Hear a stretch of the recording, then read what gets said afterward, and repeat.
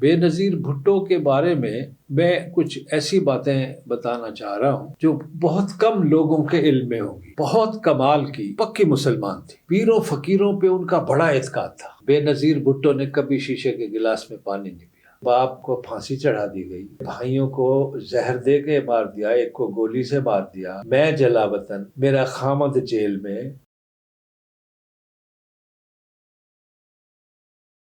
بسم اللہ الرحمن الرحیم۔ آج 27 دسمبر ہے۔ بے نظیر بھٹو کی برسی پیپلز پارٹی خصوصی طور پر منا رہی ہے۔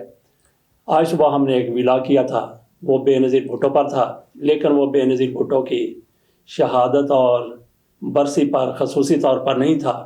اس میں ہم نے بے نظیر بھٹو کو جس طرح سے سزا سنائی گئی تھی، جس طرح سے کیسٹ سامنے آئی تھی، اس پر ہم نے گفتگو کی تھی۔ اقبال حسین لکھویرا صاحب بے نظیر بھٹو کے رائٹ ہینڈ مین رہے ہیں، دبئی میں بے نظیر بھٹو کے لیے تقاریر بھی لکھا کرتے تھے۔ لکھویرا صاحب سے پوچھتے ہیں بے نظیر بھٹو کی شہادت کے حوالے سے، جس دن بے نظیر بھٹو کو شہید کیا گیا، لکھویرا صاحب اس روز کہاں پہ تھے؟ جب بے نظیر بھٹو دبئی سے پاکستان آ رہی تھی تو لکھویرا صاحب کی ان کے ساتھ کیا بات ہوئی تھی؟ لکھویرا صاحب سے پوچھتے ہیں سب سے پہلے تو بے نظیر بھٹو کی شہادت کے روز یہ کہاں پہ تھے اس روز؟ کیا ان کی بے نظیر بھٹو سے ملاقات ہوئی تھی؟ جناب لکھویرا صاحب۔ بڑی مہربانی فضل حسین نوان صاحب، آج آپ نے بی بی کی یاد میں یہ جو اہتمام کیا ہے، میں اس پہ آپ کا شکر گزار ہوں۔ بے نظیر بھٹو کے بارے میں کچھ ایسی باتیں بتانا چاہ رہا ہوں جو بہت کم لوگوں کے علم میں ہوں گی۔ یہ سچ ہے کہ وہ مغرب سے پڑھ کے آئی تھیں، وہاں سے انہوں نے تعلیم حاصل کی، لیکن میں آپ کو یہ بتانے میں خوشی محسوس کر رہا ہوں کہ وہ بہت کمال کی پکی مسلمان تھی۔ اب آپ کو میں چھوٹی سی بات بتاؤں، ہم لوگ بھی جب پانی پیتے ہیں تو شیشے کے گلاس میں پانی پیتے ہیں۔ بے نظیر بھٹو نے کبھی شیشے کے گلاس میں پانی نہیں پیا۔ اچھا، وہ کیوں؟ ایک چاندی کا پیالہ تھا اتنا سا، اس کے اندر اور باہر قرآنی آیات لکھی ہوئی ہوتی تھی، وہ اس میں پانی پیتی تھی۔ پانی گو کے فرانس کا ہوتا تھا، پیریئر واٹر، وہ پانی ہوتا تھا۔ جتنا انہوں نے پیا، پھر اس میں وہ پانی ڈال کے پھر پیالے کو بھر کے فریج میں رکھ دیا۔ اچھا، پھر جب انہیں پیاس لگتی تو اسی پیالے سے ہی، وہ چاندی والے قرآنی آیات والے پیالے سے ہی پانی پیتی تھی۔ اچھا، دوسری بات، وہ پیروں فقیروں پہ ان کا بڑا اعتقاد تھا۔ اگر کبھی کوئی پیر آ گیا ہے تو انہوں نے بہت زیادہ وہ ان کی عزت کرتی تھی اور ان سے دعائیں کرواتی تھی۔ اچھا، آپ نے ان کا لباس دیکھا ہوگا کہ ایک مخصوص قسم کی شلوار، ایک مخصوص قسم کی قمیض، پھر مخصوص قسم کی ایک جیکٹ نما، اور پھر سر پہ ایک دوپٹہ۔ یہ ان کا خود اپنا ڈیزائن کیا ہوا تھا۔ اچھا، لیکن یہ سلتے فرانس میں تھے، ٹھیک ہے۔ تو یہ ہر سیزن میں کوئی، اگر میں بھول نہیں پا رہا تو ہر سیزن کے لیے 100 جوڑے آتے تھے تیار ہو کے۔ اچھا جی، یہ فرانس سے۔ پیمنٹ کون کرتا؟ وہ خود ہی کرتی۔ ٹھیک، یہ دبئی میں تھی نا، تو وہ پھر وہ استعمال کرتی تھی۔ وہ اتنی یعنی پالش ہو گئی تھی اور اتنی بلا کی ذہانت ان میں تھی اور بہت تجربہ انہیں حاصل ہو گیا تھا کہ اچھا، یہ 100 جوڑے وہ پہن بھی لیا کرتی تھی ایک سیزن میں؟ پھر وہ جو پہن پاتی تھی، ٹھیک ہے، بعد میں وہ پھر غربا میں دے دیتی تھی۔ ٹھیک ہے۔ اچھا، وہ بڑی خدا ترس تھی۔ جب ان کی پہلی پبلک گیدرنگ ہوئی، جب وہ پبلک میں آئی دبئی میں، پاکستان کی نہیں بات کر رہا میں، دبئی میں جب وہ پبلک کے طور میں پہلی دفعہ آئی، اس کا مجھے اعزاز حاصل ہے کہ میں اس تقریب کا اسٹیج سیکرٹری تھا۔ تو انہوں نے مجھے کہا کہ میرے ڈرائیور کے پاس جاؤ، تمہیں وہ کچھ بتائے گا۔ یہ تقریب سے پہلے جب کمرے میں بیٹھے چائے پی رہے تھے، تو میں نے کہا پتہ نہیں کوئی ہدایت دے گا شاید۔ میں گیا تو اس سے مجھے ایک ٹوکرا بڑا سا ایک ٹوکرا پکڑا دیا. یہ تقریب تھی اسکول میں. اچھا جی. اس اسکول کا نام تھا علامہ اقبال اسکول, اور ہمارے ایک دوست تھے رانا رمضان جو دیرہ غازی خان کے تھے, انہوں نے وہ اسکول بنایا تھا. انہوں نے یہ درخواست کی تھی کہ غریب بچے ہیں, اچھا وہ غریب علاقے میں تھا اور فیس بھی بڑی معمولی لیتے تھے, وہ غربا کے لیے تھا. یہ کس علاقے میں؟ یہ دبئی میں. اچھا, دبئی میں غربا کے علاقے بھی ہیں. ہاں, یعنی غربا کے علاقے سے مراد یہ ہے کہ اب میں ذرا تھوڑی سی غریب اور امیر کی تفریق آپ کو بتا دوں. وہاں کی جو وہاں کا دبئی کا غریب ہوتا ہے وہ یہاں ہمارے ملک کا امیر ہوتا ہے. اچھا جی. اور جو ہمارا یہاں امیر ہوتا ہے وہ وہاں غریب ہوتا ہے. تو وہ کیا تھا کہ وہ لوگ مثلا آپ نے ایک نئی ایک بات پیدا کی ہے, تو میں اس پہ ایک چھوٹی سی اور بات بتاؤں. میرے ایک دوست تھے, ان کے وہ کنسٹرکشن کا کام کرتے تھے اور اچھی بھلی ان کی کمپنی تھی, اور 100 کے قریب وہ مزدور تھے اور سارے پاکستانی تقریباً. تو وہ مجھے اکثر کہا کرتے تھے کہ یار آپ آتے نہیں, میرے وہ کیمپ جو لیبر کیمپ تھا اس میں ان کا آفس بھی تھا. تو میں جا رہا تھا تو 10 ایک مزدور ایک جگہ کمرے میں تھے, اور وہ ایک دوسرے کو کہہ رہا تھا کہ یار اب کھانا پکانے کا ٹائم نہیں ہے, اتنی تھکا ہوا ہوں, تو ایسا کرو یہ سب کے لیے جا کے نا KFC لے آؤ. تو میں ذرا تھوڑا سا ایسے کہ میں رک گیا. تو میں پھر وہ جب وہ ان کا بندہ وہ پیسے لے کے چلا گیا, 5 روپے 10 روپے ٹیکسی, درہم, یعنی روپیہ میں کہوں تو سمجھے درہم کی بات کر. تو وہاں بھی وہ پاکستانی انڈین درہم کو روپیہ کہتے ہیں.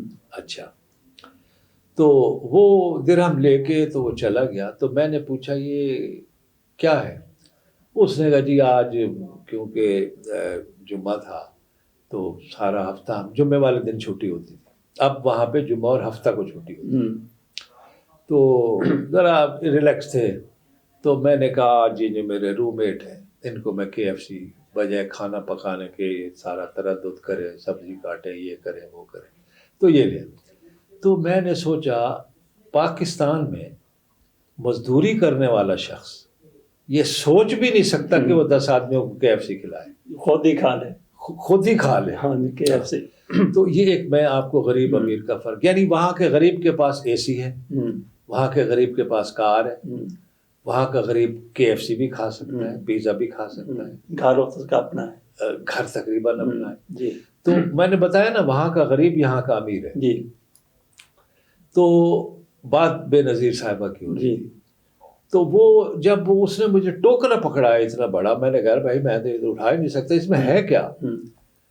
اس نے کہا جی بات یہ ہے کہ یہ ڈھکا ہوا تھا. میں اس میں ہے کیا؟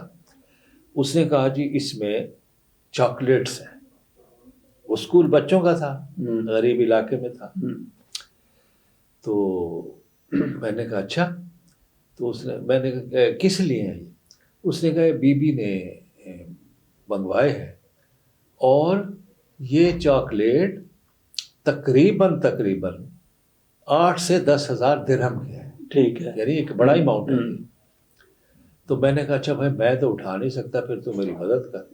تو ایک طرف سے اس نے پکڑا, ایک طرف سے میں نے پکڑا, اور میں نے پھر وہ جا کے کمرے میں, اسکول کے کمرے میں رکھوا دیا. پھر وہ انہوں نے جب میں نے کہا ایک کمپیئرنگ کر رہا تھا نا, تو میں نے روانی میں یہ کہہ دیا کہ بے نظیر صاحبہ بچوں سے کتنا پیار کرتی ہیں کہ انہوں نے یہ چاکلیٹ منگوائے ہیں سارے اسکول کے بچوں کے لیے, جتنے بھی بچے ہیں. تو بے نظیر صاحبہ جب تقریب ختم ہوئی تو انہوں نے مجھ سے خفگی کا اظہار کیا کہ آپ نے میرا نام نہیں لینا تھا, بس بچوں کو دے دینے تھے. موضوع ہمارا بے نظیر بھٹو کی شہادت ہے. جی. تو جس دن بے نظیر بھٹو شہید ہوئی آپ کہاں پہ تھے؟ اچھا, وہ ایسا اتفاق تھا کہ ہم وہاں تو بہت قریب رہے نا, تو پھر بچوں سے میں کافی عرصے سے دور تھا. بچے لاہور تھے, میں دبئی میں ہوتا تھا. تو میں نے بی بی سے کہا کہ بی بی ہم بعد میں بھی تو ملتے تو رہیں گے نا, تو اب تو رہنا ہے پاکستان میں ہی اور آپ کے ساتھ ہی رہنا ہے, تو میں ذرا گھر جا کے ملا ہوں. میری والدہ اس وقت حیات تھیں, تو وہ کہا کرتی تھی بڑا عرصہ ہو گیا نہیں آیا. تو بی بی نے بڑی خوش دلی سے کہا کہ نہیں. میں نے کہا بچے تو لاہور میں ہیں, میری والدہ محترمہ جو ہے وہ بہاولپور میں ہے.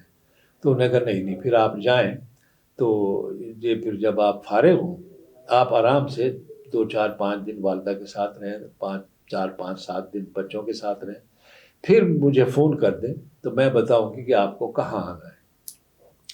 تو اس وجہ سے میں اس وقت بہاولپور میں تھا, پاکستان میں تھا, پھر لاہور آیا. اچھا, ایک دفعہ کی ایک بڑی دلچسپ بات ہوئی, ایسے میرے ذہن میں آیا, میں نے کہا بی بی دیکھیں آپ نے واپس جا کے وزیر اعظم تو بننا ہی بننا ہے. تو وہ خیر مسکرائیں, اللہ کرے. میں نے کہا آمین. تو میں نے کہا اس نے کہا آپ کو کیا بناؤں پھر میں. یہ ایک بڑا اچھا قیمتی سوال تھا میرے لیے, کم از کم میری ذات کے لیے. میں نے 2 منٹ سوچا, سوچ کے ذرا رگ ظرافت میری باہر آئی. تو میں نے کہا بی بی آپ مجھے اپنا چپراسی بنا لیں, اچھا جی, پین بنا لیجیے. تو اس نے کہکا مارا. اس نے کہا وہ کیوں بھی, یہاں آپ میری تقریریں لکھتے ہیں, میری خبریں بھیجتے ہیں, میں آپ کے ساتھ انگریزی میں باتیں کرتی ہوں, یہ وہ الا بلا, تو میں کیسے آپ کو چپراسی لگا دوں. میں نے کہا اس پہ غور کریں آپ. تھوڑی دیر انہوں نے سوچا تو پھر مسکرائے. اچھا میں سمجھ گئی. میں نے کہا آپ کیا سمجھے. کہنے لگی تم یہ چاہتے ہو. اچھا کہتے چپراسی کیوں بناؤں. میں نے کہا بی بی دیکھیں, پرائم منسٹر کے پاس ٹیلی فون رکھے ہوتے ہیں جو direct chief minister chief secretary کے ساتھ کنیکٹڈ ہوتے ہیں. جب وہ فون اٹھایا جائے گا ادھر گھنٹی اسی کی بجے گی, صرف وہی سنے گا. اور پھر اس ٹیلی فون کو ریکارڈ بھی نہیں کر سکتے آپ, اس میں ایسے گیجٹ لگے ہوتے ہیں کہ وہ ریکارڈنگ نہیں ہوتی. تو میں چپراسی ہوں گا نا, باہر بیٹھا ہوں گا. اب میرا کوئی عزیز یا دوست, کوئی دوست اب آپ کوئی آ کے یا عزیز رشتہ دار کو کہتا ہے کہ جی ڈپٹی کمشنر بہاولپور کو فلاں بندے کو لگواؤ, بڑا اچھا آدمی ہے. تو میں نے آپ سے پوچھنا ہی نہیں ہے, میں نے آ کے ڈائریکٹ فون اٹھانا ہے جو چیف منسٹر پنجاب سے کنیکٹ کرتا ہے.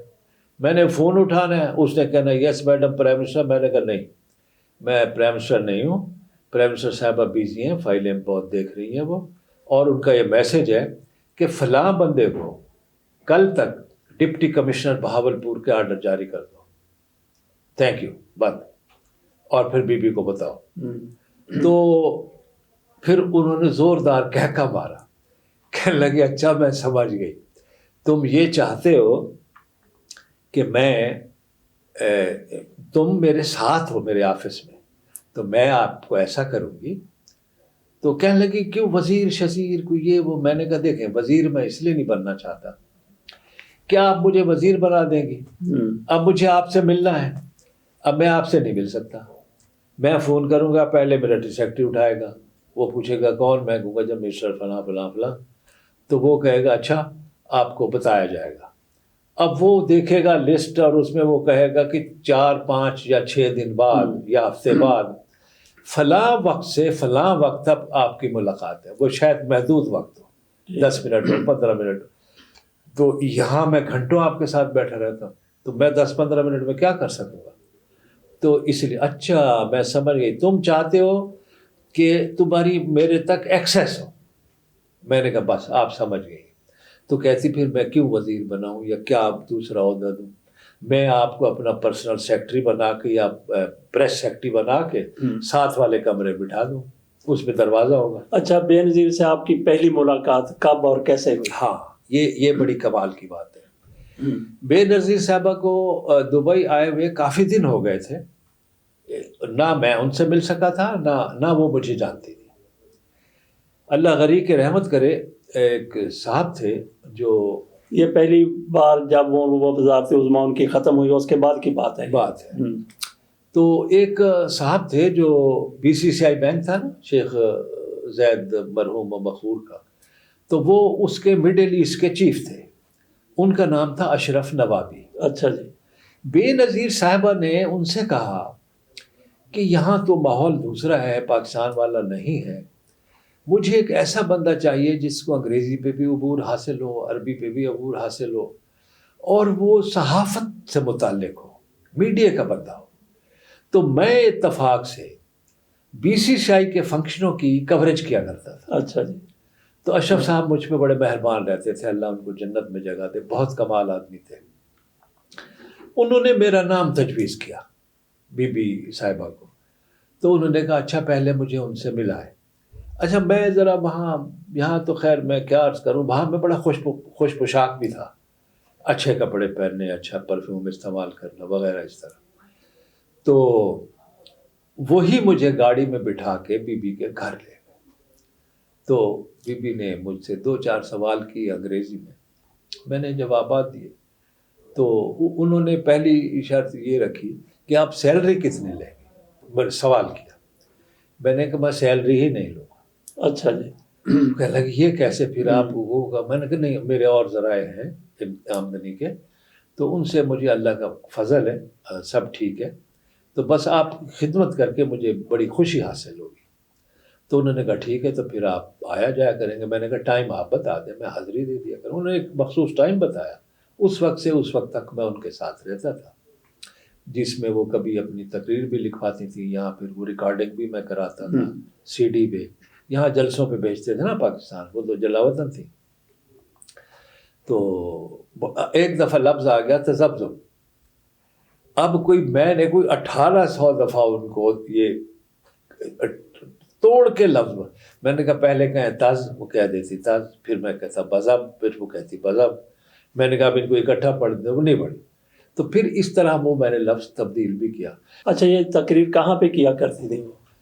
گھر, وہاں ریکارڈ ہوتی تھی. نہیں کہاں پہ استعمال کہاں پہ ہوتی تھی؟ پاکستان میں. اچھا. یعنی کسی نے گجرانوالے جلسہ کیا ہوا ہے, کسی نے سیالکوٹ کیا ہوا ہے, کسی نے لاہور, کسی نے بہاولپور, کسی نے ملتان. تو وہ پھر CD پہ, وہ CD ہم بھیجتے تھے. ٹھیک ہے. تو وہ وہاں چلاتے تھے. میں تقریر لکھ رہا تھا تو امین فہیم صاحب آئے. تو امین, اچھا ایک بات یہاں اور بھی بتا دوں, وہ 2-3 آدمیوں کی بہت عزت کرتی تھی. ٹھیک ہے. 2-3 آدمی بس. ان 2-3 میں کون تھا؟ مخدوم امین فہیم, بڑی عزت کرتی تھی. اعتزاز حسن, اس کی بڑی عزت کرتی تھی. اور جہانگیر بدر, اچھا جی, اس کی بڑی عزت کرتی تھی بہت. اور جس کو سب سے زیادہ ناپسند کرتی تھی, اب وہ مر گیا ہے, اب وہ اس کا میں کیا بتاؤں یا نہ بتاؤں, یا بتا ہی دیتا ہوں. وہ تھے رحمان ملک. اچھا. رحمان ملک صاحب کو بی بی نے ٹائٹل دیا تھا بتونی کا. اچھا. یہ بہت بڑا بتونی.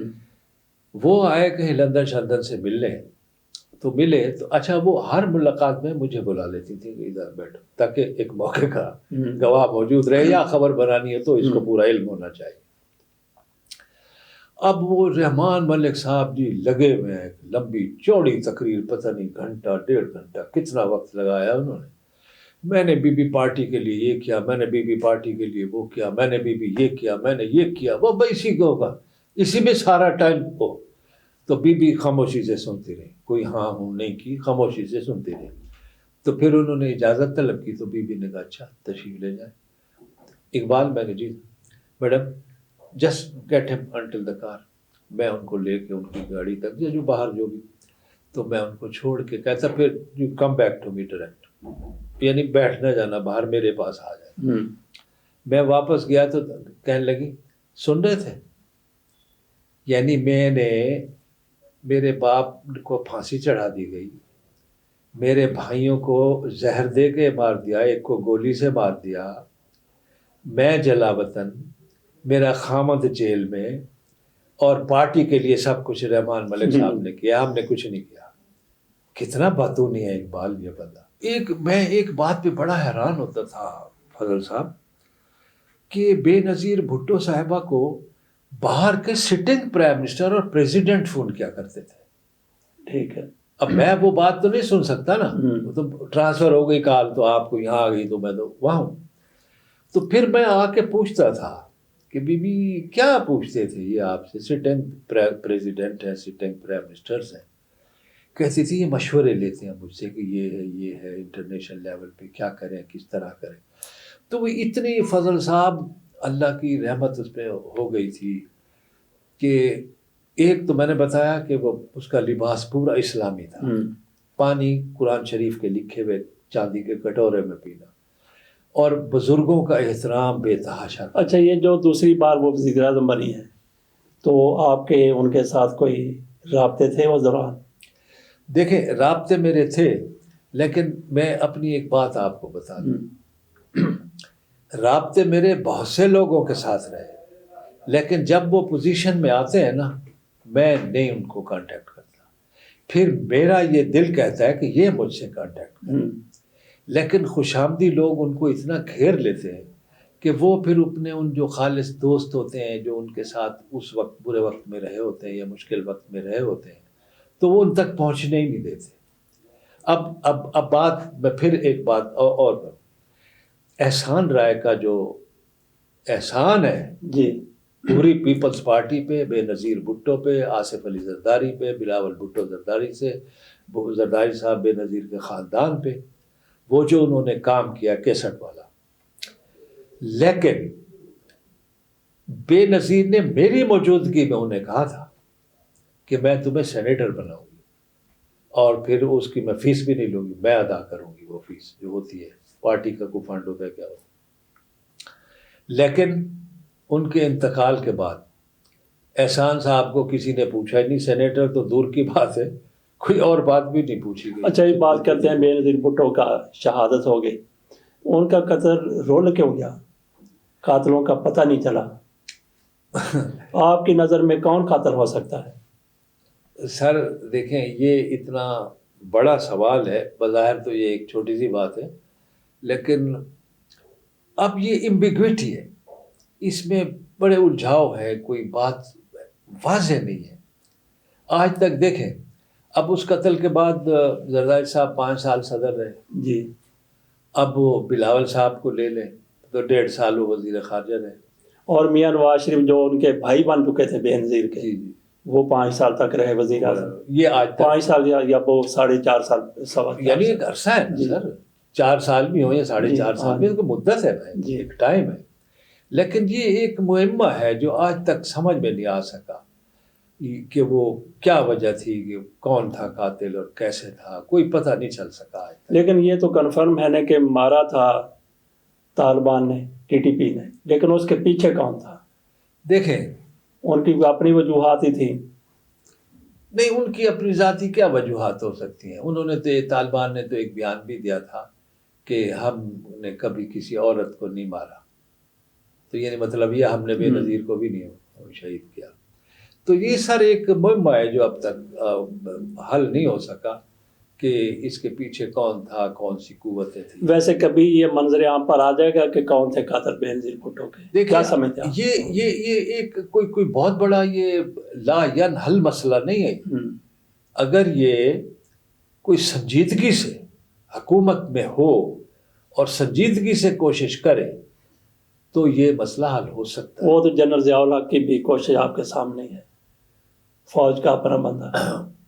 دیکھیں سر، وہی ہوتا ہے، اب وہ بندہ اب بھی موجود ہے اور ہے بھی، لیکن اس کا کچھ بھی نہیں ہو سکتا، کسی نے کچھ کیا ہی نہیں۔ لیکن یہ دیکھیں سر، یہ جو نہیں، کون سا بندہ موجود ہے؟ آپ کیسے اشارہ کر رہے ہیں؟ نہیں، اشارہ نہیں، وہ لوگ کہتے ہیں کہ وہ صاحب اب بھی اس وقت بھی اچھا، وہ حیات ہیں۔ ضیاء الحق کے بارے میں آپ بات کر رہے ہیں۔ اچھا، فوج کو، ایک فوجی کو فوجی نے مروا دیا تو پھر کون تحقیقات کرے، کیسے کرے؟ تو یہی کچھ سمجھ میں نہیں آ رہی سے۔ دیکھیں یہ ایک معمہ ہے جو ابھی تک یہ حل نہیں ہوا، لیکن بعض لوگوں کے نالج میں یہ بات ہے، لیکن وہ پتہ نہیں کیوں نہیں بتانا چاہتے، یا کیا مصلحت ان کے درپیش ہے، یا ایسی بات کرنے سے کیوں وہ گریز کرتے ہیں۔ لیکن یہ اگر کوئی حکومت میں ہوتے ہوئے یہ چاہے جی، تو یہ کوئی ایسی کوئی بڑی بات نہیں ہے، ہو سکتا ہے، ہو سکتا ہے، یہ بتایا جا سکتا ہے۔ لیکن فرحت صاحب بہت بہت شکریہ، بے نظیر بھٹو کے بارے میں آپ نے ہمیں بہت کچھ بتایا، بڑی مہربانی، تھینک یو۔ بڑی مہربانی، آپ کا بھی بہت شکریہ عوان صاحب۔